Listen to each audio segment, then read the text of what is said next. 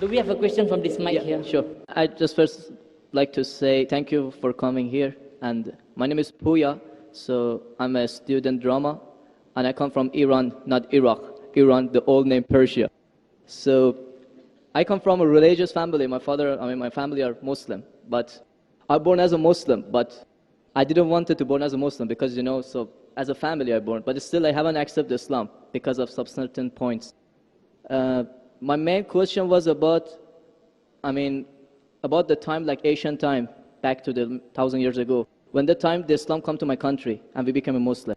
So as I read in the history and those kind of stuff, I found it out that the Arab countries, so they attacked my country and they invade my country and they brought Islam by force without my king accepted. So Persia was the old country and it was the most civilized country from the ancient time until now. We believe a real God, we were worshipping a real God, and our religion was Zartosh.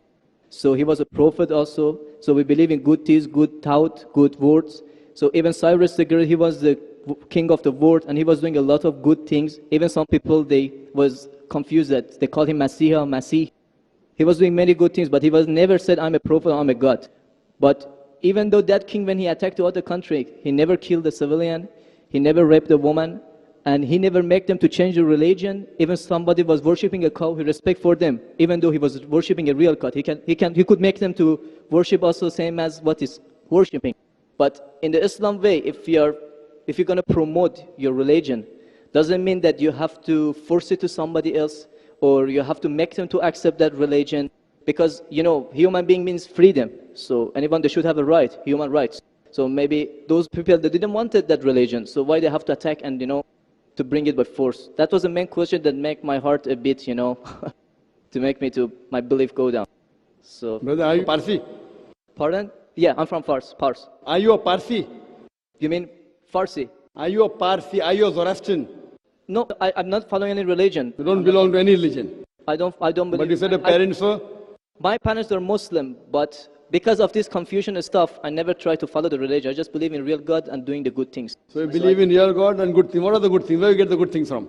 Good things like I don't harm the others. Whatever I'm doing, not try to harm the others. That's the first thing. As much as you can do the good things, even helping the others, and believe in the real God, not worshipping a stone or leaf or whatever. And I believe God is single. So, but I didn't. So you have your own philosophy. So you want to bring a new religion. I'm not going to make any religion. I'm just following my brain because as I know, God gave us a brain. So I didn't make my mind busy by following the books. When I was 10 years old, I was just thinking until now even. So I tried to follow thinking. He's saying, God as long as not a stone. Who told you stone is not a God? Anyway, I'll answer your basic question. Your basic question is that Muslims came to Persia and they conquered and they forced people to accept Islam. So no one should force at all. I agree with you. Point to be noted is that today the media promotes that Islam was spread by the sword. I am aware that there are certain black sheep in the Muslim community and there are certain Muslim rulers who did wrong things.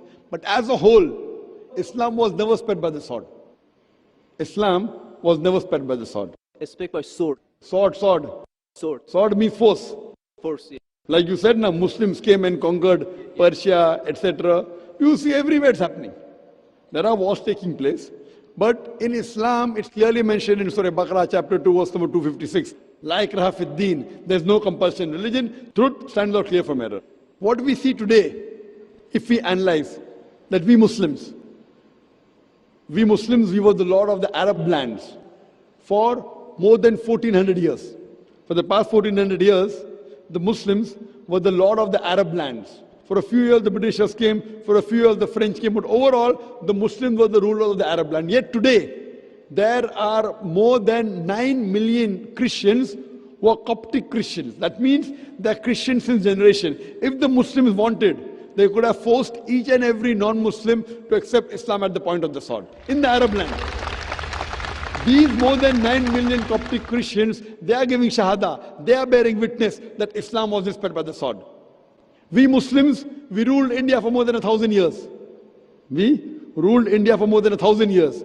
If we wanted, we could have forced every non-Muslim Indian to accept Islam at the point of the sword. Today, more than 80% of the Indians are non-Muslims. These more than 80% non-Muslim Indians, they are giving shahada, they are bearing witness that Islam was spread by the sword. Which Muslim army has come to Indonesia? Indonesia today has the largest number of Muslims in any country, more than 200 million Muslims. In Malaysia, more than 55% of the citizens of Malaysia are Muslim. I am asking you, which Muslim army came to Malaysia? Your country, which Muslim army came? Which Muslim army went to the east coast of Africa? It was the business, it was the traders. When they came here, people accepted this religion. It is the media hype which talks about Islam was spread by the sword. Yes, there were a few people. There were a few black sheep of the Muslim community. Brother, you asked the question, you're listening or you're raising the hand? Okay, sure.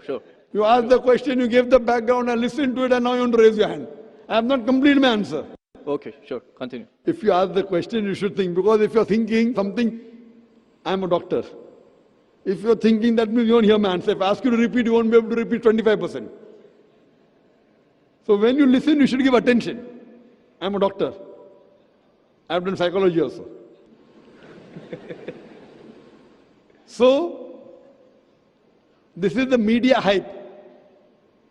If you read Thomas Carlyle, historian, he writes in his book, Heroes and Hero Worship. He puts number one hero prophet as Prophet Muhammad Sallallahu Alaihi Wasallam. He's a Christian. He says, if every new idea originates in one man's head, it dwells alone in the full world. It will do little good if he takes up a sword and propagates it. You have to first get your sword. He's talking about sword of intellect. There was a survey done in the Plain Truth magazine, a survey in the increase of the major world religions in a span of 50 years. In a span of 50 years, from 1934 to 1984. In a span of 50 years, the increase in the major world religion. It came in Reader Digest, Almanac Yearbook, 1984. Number one maximum increase in religion, it's Islam, 235%. Christianity, only 47%. I am asking you, which war took place between 1934 and 1984, which forced the non-Muslim to accept Islam? Which war? Which war? Today, leave aside the past. Today, the fastest growing religion in America is Islam. The fastest growing religion in Europe is Islam. I am asking you, who's forcing the Americans to accept Islam? Who's forcing the Europeans to accept Islam? You were not there born. Were you present in the past? Arabs came to my land and forced. Where were you present? This is history. Many things in history is false. So that's what? Okay. A very famous historian, Dilese O'Leary, he writes in the book, Islam at the Crossroad, page number 8. He says, history makes it clear. History makes it clear that the legend of fanatical Muslims sweeping across the world, forcing Islam at the point of the sword, is the most fantastic, absurd myth that historians ever repeated. Who says that? Dilese O'Leary.